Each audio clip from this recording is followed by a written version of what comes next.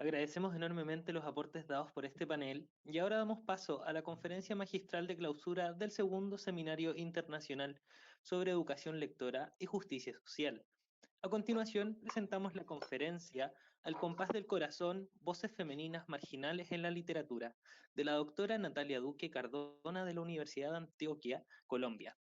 La doctora Natalia Duque Cardona es doctora en Ciencias Humanas y Sociales de la Universidad Nacional de Colombia, magíster en Educación con énfasis en estudios interculturales, bibliotecóloga de la Universidad de Antioquia, diplomada en Evaluación de Programas y Políticas Públicas en Educación, promoción de lectura, escritura y oralidad y lenguaje y permanencia. Investigadora perteneciente al grupo Información, Conocimiento y Sociedad de la Escuela Interamericana de Bibliotecología y al grupo de investigación Diverser de la Facultad de Educación de la misma universidad. Se ha desempeñado como docente en la Universidad de Antioquia en los campos de lectura, escritura, oralidad, estudios culturales y políticas públicas. En la Universidad del Quindío, en las áreas de bibliotecas públicas, escolares, universitarias y patrimonio bibliográfico y documental, y en la Universidad EAFIT en metodología de la investigación. Ha sido invitada como ponente y conferencista en diversos eventos internacionales y nacionales en países como Brasil, Cuba, México, El Salvador y Ecuador. Ha coordinado diversos proyectos sociales en el campo de la lectura, la cultura y la educación en instituciones como Fundación Taller de Letras Jordi Sierra y Fabra, Fundación Dividendo por Colombia, Caja de Compensación Familiar con FENALCO, Antioquia y Universidad de Antioquia. En la actualidad se desempeña como docente investigadora de la Escuela Interamericana de Bibliotecología y docente en la cátedra en la Facultad de Educación. Es fundadora del colectivo social Bibliotecas a la Calle BAC y en la actualidad directora de comunicaciones de la Sociedad Latinoamericana de Estudios Interculturales SOLEI. Sus aportes y publicaciones se ubican en campos como la lectura, la escritura y la oralidad desde una perspectiva anticolonial, intercultural y latinoamericana. Damos una enorme bienvenida a la doctora Natalia Duque Cardona. Bueno, buenas tardes. No voy a compartir la pantalla. Pues agradecer la posibilidad de cerrar este seminario. No creo que vaya a poder hacer la conferencia completa por los tiempos y cómo lo tenemos, pero entiendo que vamos a tener una publicación con las memorias de este evento, entonces creo que a quienes escuchan hoy lo van a poder encontrar allí completo. Esta conferencia de cierre lleva por título Al compás del corazón, voces marginales en la literatura. El punto de partida.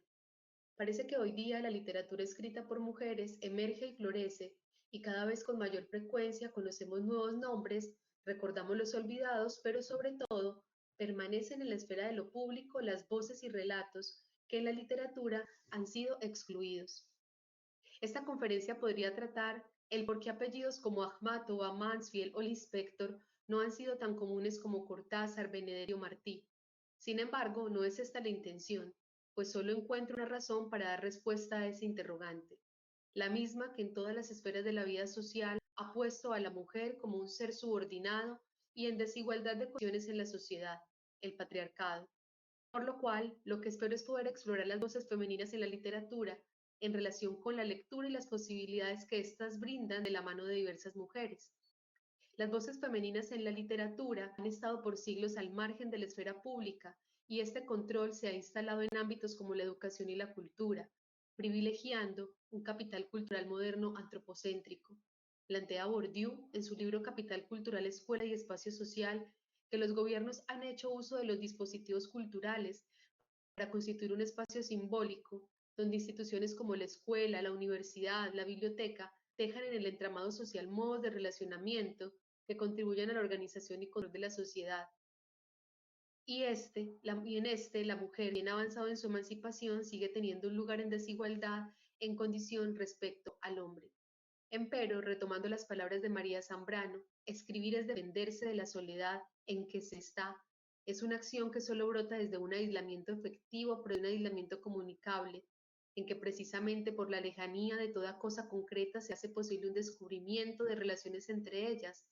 Las voces femeninas marginadas y en soledad no se han detenido y se han fortalecido presentándose hoy no solo como una alternativa o un tema de moda, sino como un imperativo en la literatura para hacernos más libres, no solo en el campo de la razón y el conocimiento cartesiano, sino en la poética y en el encuentro con el alma.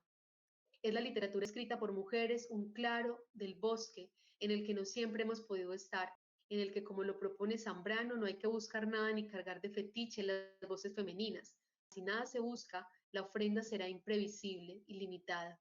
Hoy en día, si nos preguntamos cuántas voces femeninas conocemos y leemos, muy seguramente la proporción respecto a los hombres sería menor. Empero el mismo lenguaje que ha dejado al margen de la literatura escrita por mujeres también ha implicado para el feminismo una tecnología de emancipación y resistencia que nos ha permitido a las mujeres ponernos en la esfera pública, estableciendo relaciones de poder, saber y amor, retomando, conociendo y replicando las palabras de otras. Esa literatura que cobra vida en las Leo nos ha posibilitado reconfigurar no solo modos de organización, sino plantear alternativas en perspectiva de género que aporten a la reducción de las desigualdades sociales en relación con la discriminación y violencias simbólicas padecidas por mujeres que van más allá de miradas cartesianas e implican el conocimiento de nosotras mismas. Es así como esta charla, más que ser un relato del por qué la literatura escrita por mujeres ha estado subordinada, escondida, busca presentar a través de un enfoque feminista anticolonial a diversas mujeres y sus escrituras hechas relatos como un recurso vital y fundamental en la educación lectora para el desarrollo de una promoción de lectura que desemboque en la alfabetización crítica, que implica un conocimiento de sí, el recogimiento de una humana condición que no solo pase por la razón. Este ejercicio, como lo propone Chimamanda Adichie en su libro Todos deberíamos ser feministas, no es una tarea exclusiva para las mujeres, es un ejercicio que nos implica como sociedad, pues la lejanía y distanciamiento del ser ha sido un presente. Nos hemos volcado al saber. Para este ejercicio propongo el círculo de mujeres en relación con los círculos de la palabra como una alternativa metodológica, en la cual la palabra late al ritmo del corazón, mientras las voces marginales de la literatura emergen en sororidad. Así comenzaré por situar algunas ideas en el feminismo, el lenguaje y sus usos políticos para contextualizar la discusión y presentar algunas voces femeninas en la literatura. Y finalmente, el círculo de mujeres como una oportunidad para la promoción de la lectura que desencadene la alfabetización crítica. 1. Feminismo, lenguajes y usos políticos. Y la palabra ajena aparece, y como un lejano copo de nieve se funde en mi mano, confiada, sin reproches, Akhmatova. Desde los albores de la Ilustración, la palabra escurridiza y su vinculación con la mujer ha tenido profundas contradicciones y tensiones, pues en el proyecto moderno se olvidó a la mitad de la especie humana. Las mujeres fuimos exiliadas de la esfera pública e incorporadas a un ámbito de la vida privada. En tanto, comillas, la pretensión de la teoría feminista desde sus orígenes ilustrados es poner de relieve las tensiones y contradicciones que las vindicaciones feministas suscitan en los enfoques teóricos supuestamente universalistas y al tiempo capaces de distorsionar la percepción de lo que atañe a la mitad de la especie humana. Este propósito ha estado acompañado siempre del uso del lenguaje desde la vindicación de los derechos de la mujer, realizada por Mary Wollstonecraft, quien escribió la vindicación de los derechos de la mujer, puesto que solamente había considerado los derechos del hombre. Es considerada una de las primeras obras de la literatura y filosofía feministas, y Olaine de Gauss, seudónimo de Marie Gauss, escritora, dramaturga, pamfletista y filósofa política, fue la autora de la Declaración de los Derechos de la Mujer y de la Ciudadana. La palabra escrita y pronunciada ha estado presente en la historia del feminismo como una tecnología que entremezcla saber, poder y subjetividad, y que busca reivindicar las especialidades emancipadoras del lenguaje que son vitales en la constitución de las democracias. Empero, aunque las voces femeninas han existido, estas han sido marginalizadas, pues el lugar de la mujer por siglos no estuvo situado en la vida pública. Estas fueron excluidas de la política. De hecho, en la modernidad, Rousseau planteaba el lugar de la mujer al margen de la sociedad. Decía Rousseau que cada familia vino a ser una pequeña sociedad, y fue entonces cuando se estableció la primera diferencia en la manera de vivir los sexos, que hasta ese momento solo había tenido una. Las mujeres se hicieron más sedentarias y se acostumbraron a guardar la choza y los hijos, mientras que el hombre iba en busca de la subsistencia común. Todo esto deja por fuera las voces femeninas en lo privado, deja las voces femeninas en lo privado, al interior del hogar, cuando la mirada moderna de la literatura implica su comprensión como un bien público, en el cual las condiciones para ser parte no tendrían por qué vincular el género. Las mujeres fueron no solo marginalizadas, sino exiliadas de este contexto y satanizadas en el mismo. Decía también Rousseau que preferiría 100 veces una muchacha simple y educada toscamente que una muchacha sabia e instruida, que viniera a establecer en su casa un tribunal de literatura del que ella se constituyera en presidente. Una María Sabidilla el azote de su marido. Todas esas mujeres con grandes talentos no infunden respeto sino a los necios. Toda esa charlatanería es indigna de una mujer honesta. Su dignidad es ser ignorada. Su gloria está en la estima de su marido. Sus placeres están en la felicidad de su familia. Toda joven literata se quedará soltera de vida cuando sobre la tierra no haya más que hombres sensatos. Empero, las luchas feministas han hecho que estas palabras no sean un impedimento para continuar viendo en el lenguaje y en la literatura una posibilidad para la emancipación. Hay muchas mujeres a lo largo de la historia que se han ocupado de poner su voz en la esfera pública, de alzar la voz, y esto ha estado situado porque hay lenguajes políticos de la lectura que tienen ideologías que les atraviesan y que en esas perspectivas críticas las mujeres nos hemos ocupado en el campo de la literatura escrita, en perspectivas antipatriarcales, anticapitalistas, que nos implican el feminismo por la vida, por la dignidad, por la felicidad de la mayoría de las mujeres. Al momento de pensar en lenguajes políticos de las leo en relación con las voces femeninas, en el marco del feminismo pienso y propongo la estrategia de educación lectora articulada, embrincada con un compromiso, el derecho a la vida con el buen vivir, con la libertad caracterizada por la responsabilidad con el otro y con la naturaleza. Para el caso de Colombia, país de donde soy originaria, María Cano, quien vivió entre 1887 y 1964, fue la primera lideresa en el campo de la política de nuestro país, que tuvo un importante protagonismo en la defensa de la clase obrera. Ella, valiéndose de la palabra, leía a quienes no podían hacerlo y hacía de la palabra toda una tecnología para la emancipación. Decía Cano, decir que una voz de mujer les grita, una mujer que presenta en un contexto latinoamericano el uso contundente del lenguaje y su vínculo con la pasión, con el corazón. Esta María, conocida como la flor roja del trabajo, intimidaba, incomodaba, como lo dice Rousseau, por no callarse, por tomar la voz, por hacer un uso legítimo e irrevocable de su humana condición indistintamente de su género. Y aunque siendo parte de la vida pública estaba exiliada de la literaria, y para ser parte de ella usaba un seudónimo en sus publicaciones, Elena Castillo. 2. Voces femeninas en la literatura, evasión y alfabetización. Sea que consideremos la escritura como un don o como un arduo trabajo del espíritu, sabemos que esta es una práctica de vida, una forma de denuncia, un sentimiento espiritual, una vía de la memoria y en cuatro mujeres que espero presentarles es una combinación entre sus biografías y las experiencias estéticas que producen sus palabras. Aclaro que no son cuatro, la conferencia eran muchas más, pero en aras del tiempo lo voy a intentar reducir. De este modo, la escritura es una forma de producir una vida literaria. Nos acercaremos a través de las voces de mujeres a aquellas que son hoy un presente que tiene hilos o puntos cardinales en otras tantas escritoras que han hecho de la palabra un don para hablar de la libertad que causa miedo, de las formas de sostener el mundo y de los desvaríos de las búsquedas de la identidad, de una diferencia sexual en la escritura como propone Helen Sixtus. El oficio, lo que une a estas mujeres es el pensamiento que producen y la manera como se narran y cuentan, no como víctimas, sino como contadoras de aquello que le han borrado, usurpado, arrebatado. La escritura es una acción para las mujeres que llena a la mujer del color de la tinta y entonces le permite dejar huellas en su historia para desaprender la opresión, el silenciamiento y la enajenación.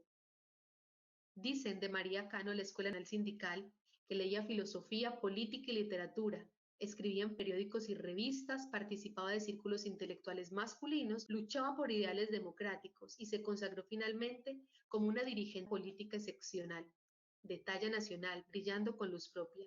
María Cano, como les contaba, fue la primera mujer lideresa en el campo de la política colombiana, cofundadora del Partido Socialista Revolucionario. Su voz altiva, entremezclada con su sensibilidad y capacidad crítica, estuvieron de la mano de los ideales de la justicia social. La Flor Roja, como la conocían, fue una mujer que hizo de la palabra hablada y escrita una posibilidad para la dignidad y la justa rebeldía.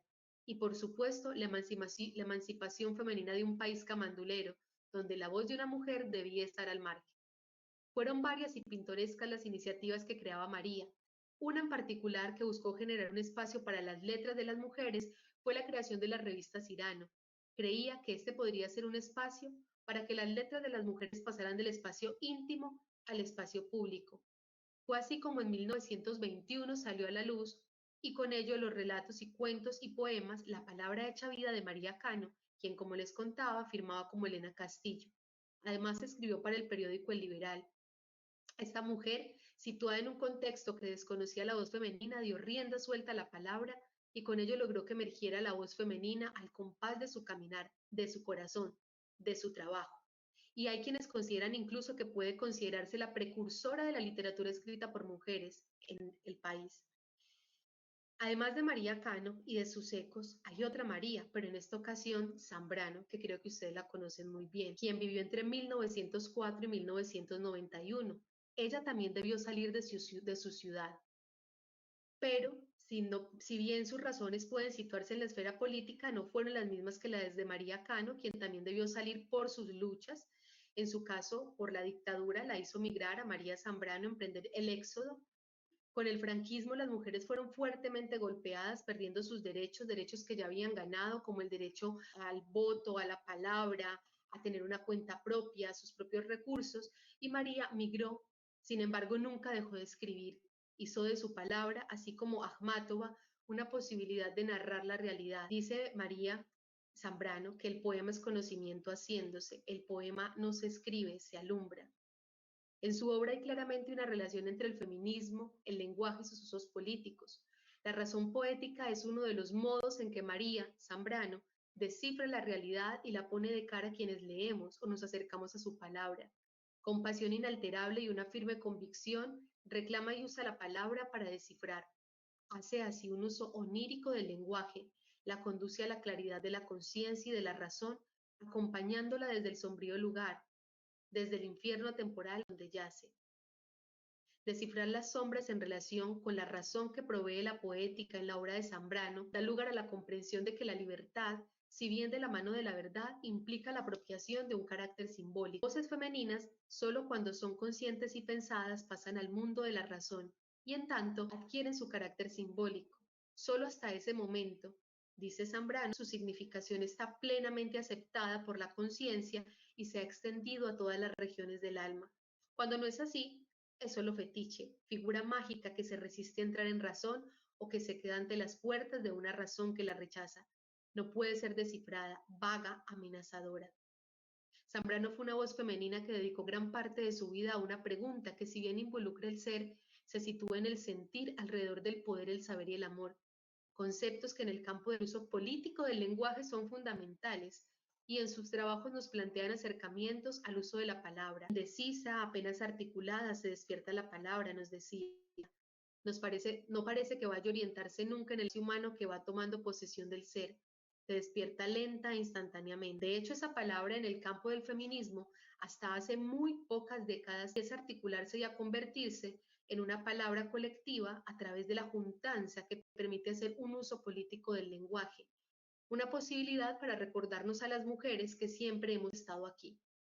Comienza, como lo dice Zambrano, a brotar naturalmente como pequeños balbuceos, susurro secreto que luego va tomando forma y nos permite un despertar humano, experienciar una humana condición. La palabra perdida y a la par sentida y hallada o que se escapa, se disipa, no llega por burlarse porque las manos no está acabando, está siempre empezando. Quisiera saber cómo vamos de tiempo para ver cómo puedo seguir con esta conferencia. Tiene hasta las 16:40 minutos. Les Ok, quedan 20 minutos gracias. más. Muchas gracias.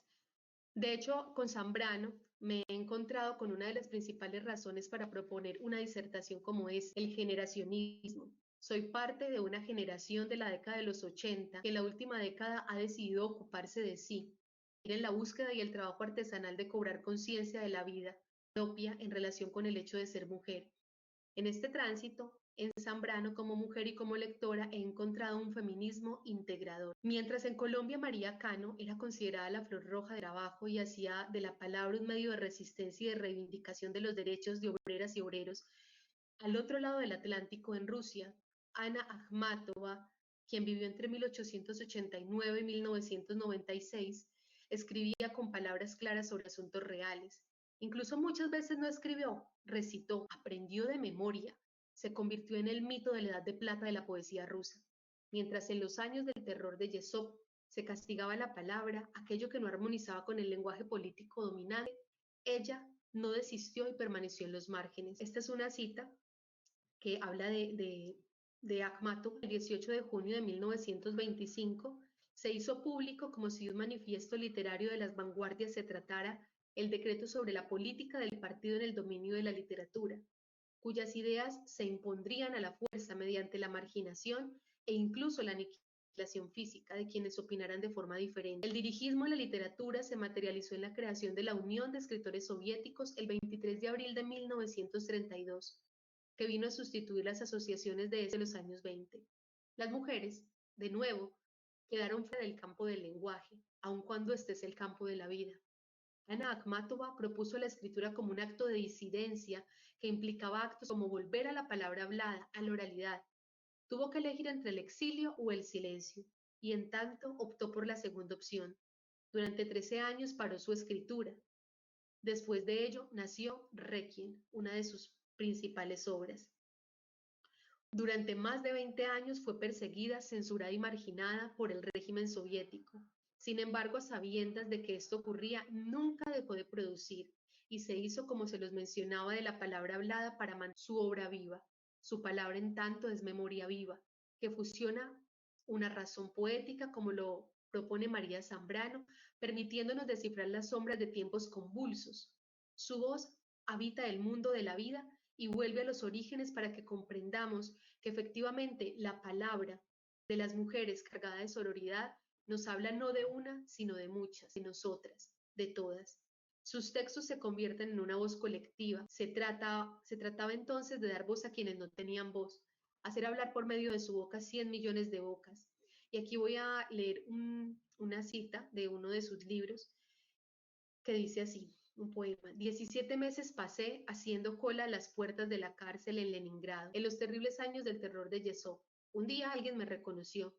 Detrás de mí, una mujer, los labios morados de frío, que nunca había oído mi nombre. Salió del acorchamiento en que todos estábamos y me preguntó al oído. Allí se hablaba solo en susurros. ¿Y usted puede dar cuenta de esto?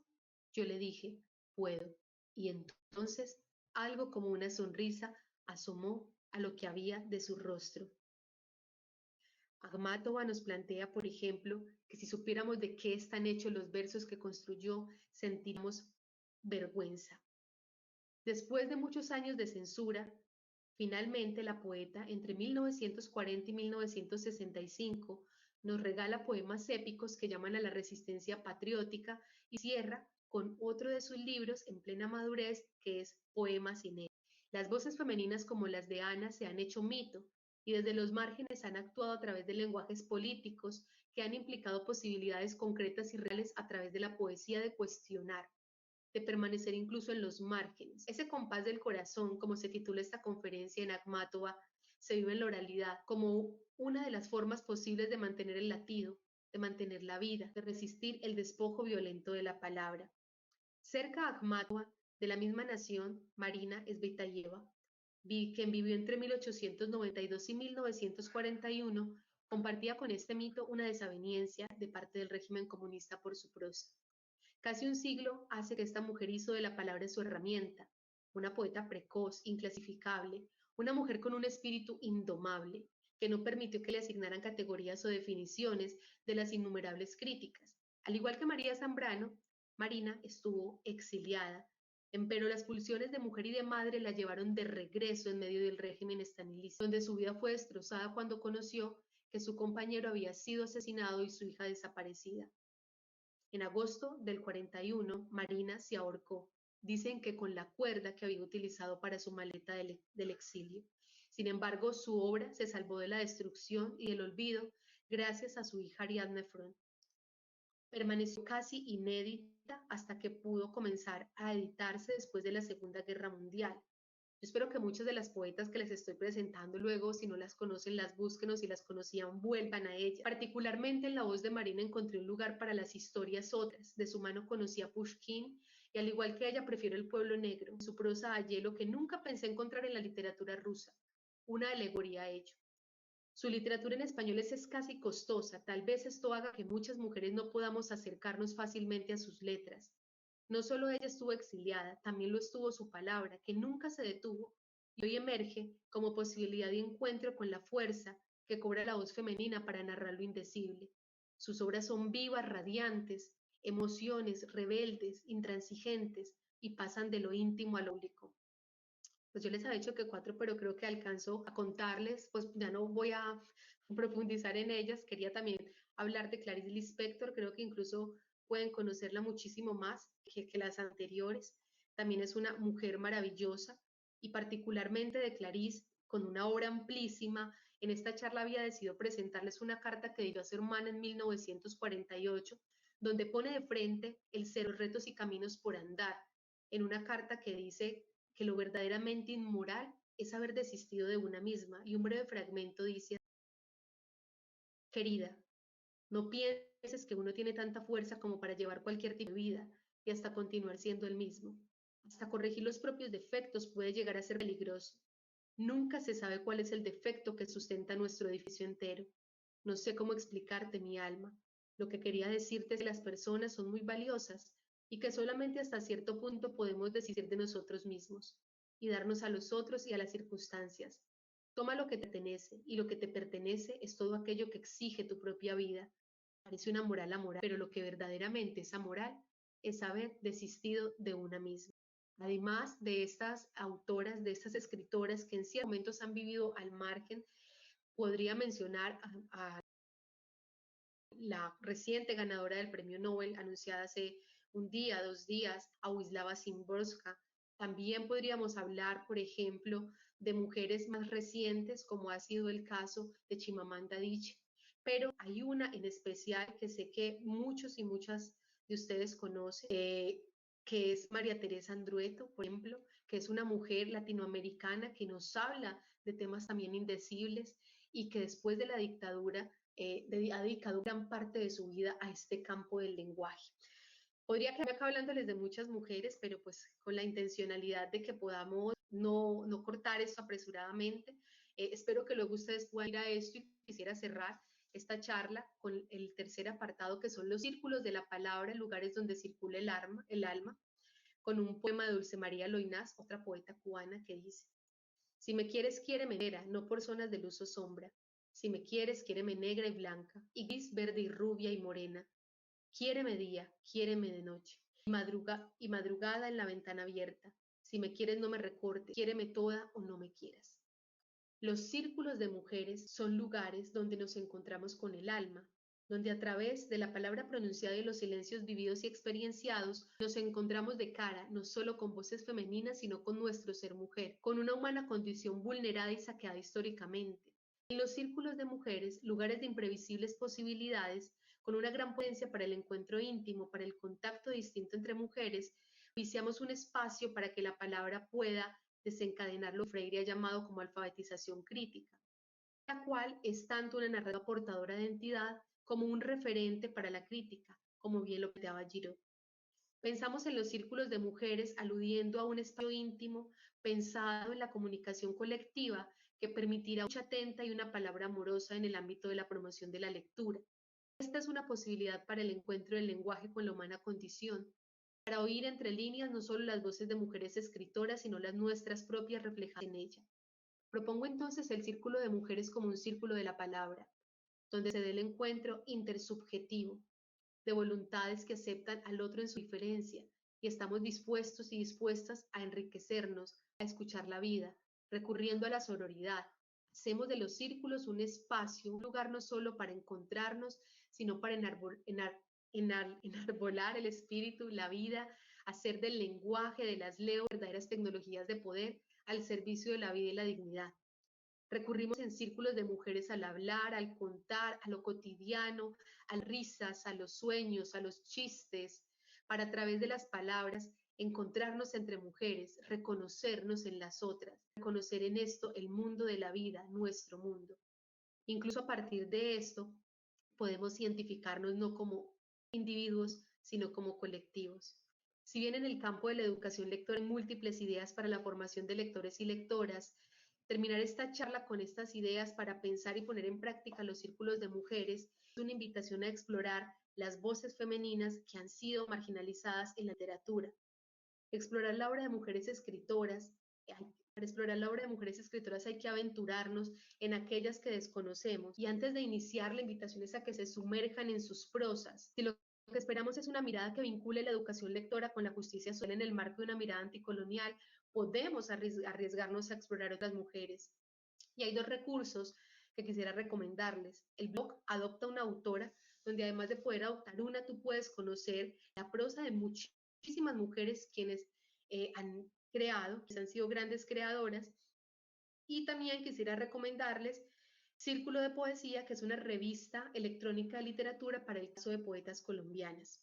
Una vez se hayan decidido, hay diversos recursos que pueden usar para leerlas. La mayoría de las obras de mujeres poetas se encuentran en línea, sin embargo es importante considerar que verdaderamente podamos acceder a ellas para que la palabra circule en ese círculo de mujeres. También hemos visto que es bastante escasa.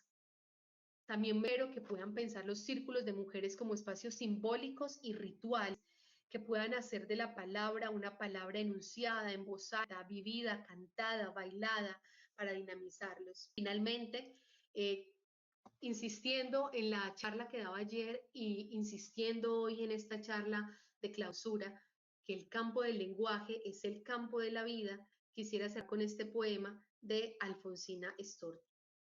Mis nervios están locos, en las venas la sangre hierve, líquido de fuego salta a mis labios donde finge luego la alegría de todas las verbenas. Tengo deseos de reír, las penas que de donar a voluntad no alegre. Hoy conmigo no juegan y yo juego con la tristeza azul de que estén llenas. El mundo late, toda su armonía la siento tan vibrante que hago mía cuando escancio en su trova de hechicera. Es que abrí la ventana hace un momento y en las alas finísimas del viento me ha traído su sol la primavera. Muchísimas gracias y quiero invitarlas porque me quedan 7 minutos exactamente. Como fue todo tan rápido, los tiempos están muy justos a que puedan explorar esta charla completa, el texto completo, con todas las referencias a estas mujeres. Y que sigamos haciendo este tema de literatura escrita por mujeres, no un tema para mujeres, este es un tema para todos y todas, pero que cuando nos vamos a mirar a quienes conocemos y a quienes hemos leído, tanto en términos de categorías étnico-raciales, territoriales, de género, vamos a encontrar que seguimos centrados y centradas en una hegemonía particular, en unos discursos particulares, aun cuando hablemos de justicia social. Entonces aquí la invitación es a que conozcan a estas mujeres y a muchas otras y que podamos seguir en contacto. Muchas gracias, Aldo, muchas gracias, Concepción. A Luis, pues que ahí nos aprieta con el tiempo, pero yo sé que no es con mala intención. Y gracias a quienes estuvieron conectados en esta charla. Agradecemos enormemente tu ponencia, Natalia, y queremos dar el espacio para una pregunta del público. Ahí Carlos Jair dice, pregunta para la Natalia, ¿el moño que usa de dónde es? Gracias. Era Aldo, ¿cierto? Yo creo que sí. Bueno, yo soy colombiana, ustedes lo saben, pero me reconozco como una mujer negra. Tengo que decir esto para explicar de dónde viene el moño. Eh, de los pocos rasgos fenotípicos que no se pierden son el cabello, como ven, mi cabello. Y cuando lo entendí, lo comprendí aproximadamente hace 10 años. He explorado el mundo de los turbantes y los significados que tiene. En el caso Colombia tiene pues 32 departamentos y yo en este momento me encuentro, de hecho por motivos de trabajo, en una subregión de Antioquia, que es el Urabá antioqueño. Y este turbante lo compré acá en el Urabá antioqueño a una egresada del programa de artesanías de mi universidad, que también es una mujer afro. Entonces, lucir los turbantes también tiene un significado muy importante para mí, gracias a Carlos Jair, porque eso, por ejemplo, es una lectura de otro tipo de textualidades. Se dicen mucho también del otro y de la otra. Agradecemos tu respuesta y quizás queda el espacio para una más. No sé si estás dispuesta a responder otra pregunta.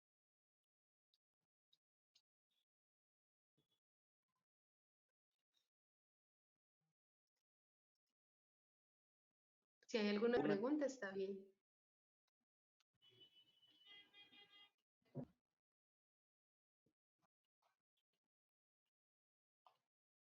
Creo que hasta ahí estamos entonces. Sí, agradecemos nuevamente tu presencia y por los conocimientos dados por la doctora Natalia Duque y su conferencia magistral, pero antes de clausurar, los representantes de cada institución organizadora presentarán las conclusiones centrales de esta segunda versión del seminario. Damos el pase al doctor Aldo Ocampos González del Centro de Estudios Latinoamericanos de Educación Inclusiva, CELEI de Chile, al magíster Ricardo Sánchez Lara del Centro de Investigación para la Transformación Socioeducativa de la Universidad Católica Silva Enríquez, Chile, y a la magíster Andrea Figueroa Vargas, directora de la Escuela de Educación Parvularia de la Universidad de las Américas de Chile.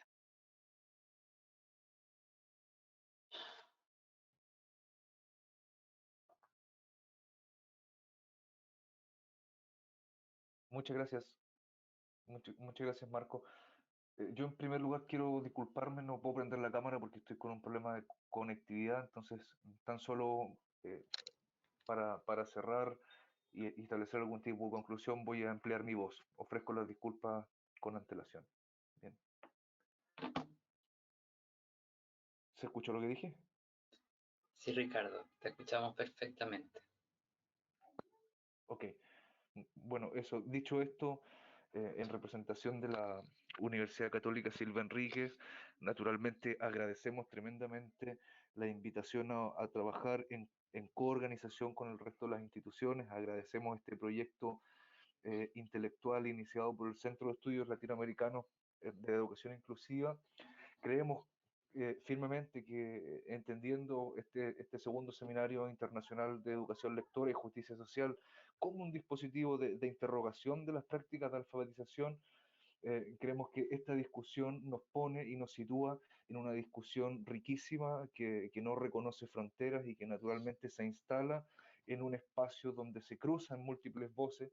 Creemos que estos 2 días, estas 2 jornadas de reflexión política, epistémica, didáctica, en torno a aquellos ejes que vertebran tradicionalmente el ejercicio de la lectura, vinculado con, por supuesto, miradas críticas desde los nuevos estudios de literacidad, la metaficción, como nos exponía Enrique en la tarde, la bibliotecología, mirar otros espacios pedagógicos, enriquece profundamente esta construcción teórica, práctica, metodológica, ética y política que todos y todas los aquí involucrados esperamos construir en torno al fenómeno de la lectura. Insisto entonces para darle el paso a ustedes, colegas, que como institución estamos tremendamente agradecidos de haber participado en esta instancia y esperamos ansiosos y ansiosas que el tercer Seminario Internacional de Educación Lectora y Justicia Social se avisore en el camino y podamos seguir construyendo este espacio de conversación. Muchas gracias.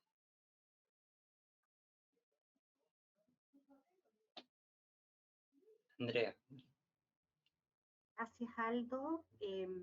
Bueno, solo para compartir en palabras finales, las 2 jornadas del Seminario Internacional sobre Educación Lectora y Justicia Social, de colonialidad, políticas de la diferencia e infancias críticas, nos han permitido analizar desde las voces de los distintos expertos una enorme cantidad de elementos para enriquecer el análisis crítico, la discusión, la investigación, como también las políticas relacionadas con la educación lectora y también las infancias. Quiero agradecer en primera instancia, y me sumo a las palabras de Ricardo, el espacio de colaboración organizado por CELEI, por el Centro de Estudios Latinoamericanos de Educación Inclusiva, en coorganización con la Universidad Católica Silva Enríquez y la Universidad de Extremadura, a la cual nos han invitado a participar. Mis primeras palabras son de reconocimiento, van para Aldo Campo y para Ricardo Sánchez, que en un trabajo académico e intelectual de horizontalidad y de enfoque dialógico permitió llevar a cabo este evento académico con gran éxito y la posibilidad de permitirnos visibilizar a las infancias en este evento académico. Y en segundo caso, al equipo de Universidad de las Américas por el trabajo y la dedicación para materializar este evento. Las ponencias presentadas, cada una de ellas nos ratifican una vez más desde sus enfoques, estudios, perspectivas, la importancia que tiene la posibilidad o posibilitar el ejercicio del derecho a la lectura en los distintos contextos educativos. Y así permitir el acceso de todos y de todas a las prácticas letradas contemporáneas para la construcción de una ciudadanía lectora, asumiendo la multiplicidad de las diferencias a partir de las primeras infancias. No está ausente en las distintas o las diferentes ponencias, las conferencias y en los paneles la mirada crítica a partir de las circunstancias y la situación actual que nos ha hecho enfrentar, ¿cierto? Y a pensar y a redefinir incluso los elementos, los dispositivos desde la lectura en una sociedad de la desinformación.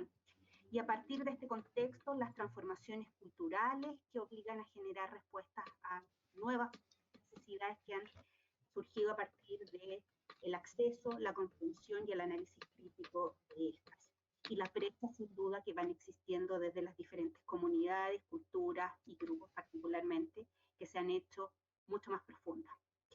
Desde la perspectiva de las infancias, que es el espacio que colaboro y aporto desde ese enfoque, aspiramos entonces como escuela, y son uno de los desafíos con los cuales nos quedamos a partir de este segundo seminario internacional de educación lectora y justicia social, a formar, de acuerdo a lo planteado en la mañana, ¿no?, por la doctora Aurora Martínez Ezquerro, a construir libres pensadores, pero que en el caso de las infancias nosotros las llevamos y queremos materializarlas y nos vamos a permitir, ¿cierto? Y le pedimos ahí que conceda aquello de llevar esto que nos ha planteado desde las perspectivas de las infancias. Y por tanto queremos o aspiramos a formar infancias y acompañar a infancias libre pensadoras, que nos lleven al reconocimiento de las diferencias, a la visibilización de estas, a la construcción de identidades individuales y colectivas y al posicionamiento de las infancias desde el sentido más profundo en la construcción de sujetos políticos tempranamente.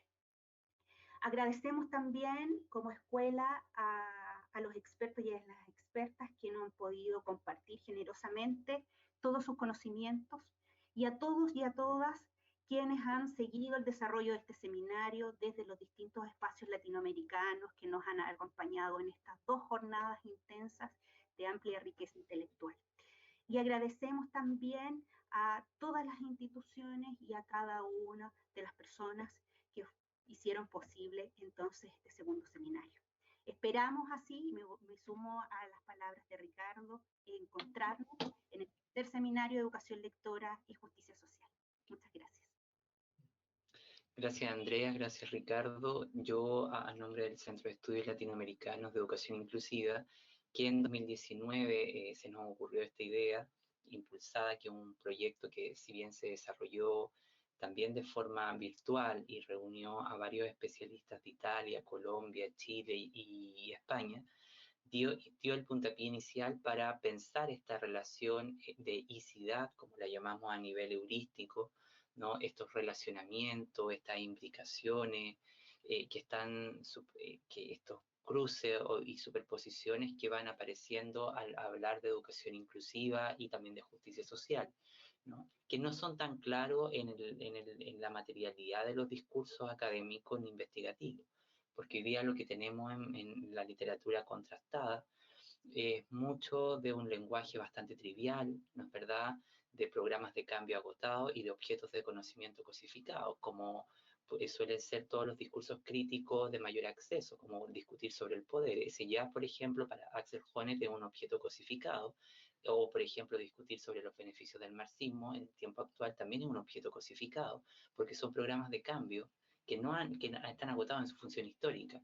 Y digo esto porque los marcos conceptuales que hoy día erigen la justicia social también están en esos marcos de cosificación de la función histórica porque están medio agotados. Entonces, esta idea de este seminario fue justamente pensar el rol de la lectura como una agencia política, una estructura de participación colectiva, intersubjetiva, relacional, y no como una práctica de alfabetización con ciertos modelos, con ciertas tácticas, que lo único que hacen es reducir la función educadora a una parte instrumental.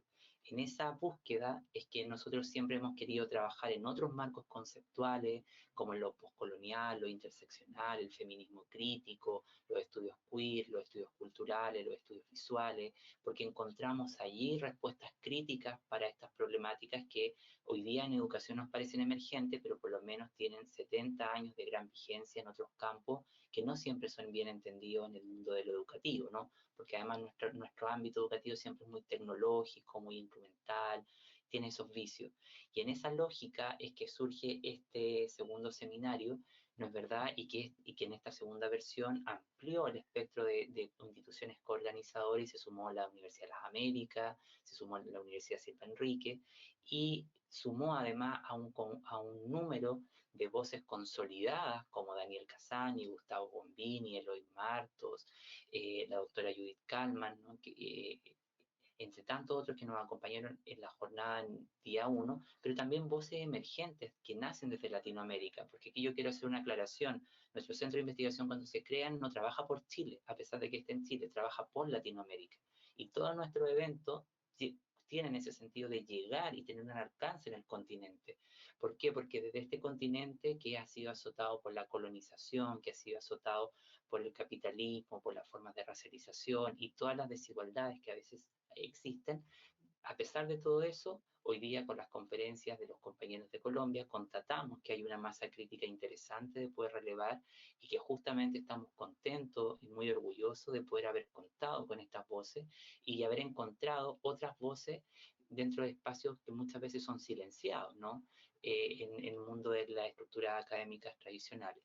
Eso por lo menos nos deja muy contentos, muy satisfechos y es de esperar que el próximo año, en marzo, cuando ya nos pongamos a trabajar, si así Dios lo permite, en este proyecto, dar una visión mucho más poderosa, transgresora, y que nos invite justamente a desafiar estos tiempos complejos que vivimos, pero no desde la ingenuidad que es la que acostumbramos desde el liberalismo, sino que desde una ingenuidad subversiva, crítica, movilizante, no desde estos marcos solamente de buena esperanza y de acciones pasivas que dejan el mundo donde lo conocemos siempre, ¿no?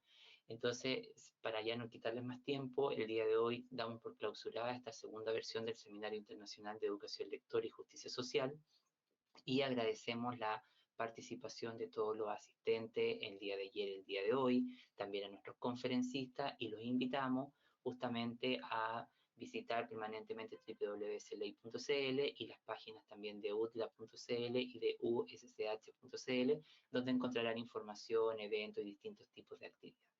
Con esto doy por clausurado esta segunda versión del Seminario Internacional y las certificaciones se harán llegar a finales de noviembre porque tenemos que contrastar todo lo inscrito, la asistencia, los registros, y eso toma un mayor tiempo, por lo tanto, a finales de noviembre ustedes recibirán a su correo electrónico indicado los certificados correspondientes. Muchísimas gracias y nos encontramos en la tercera sesión.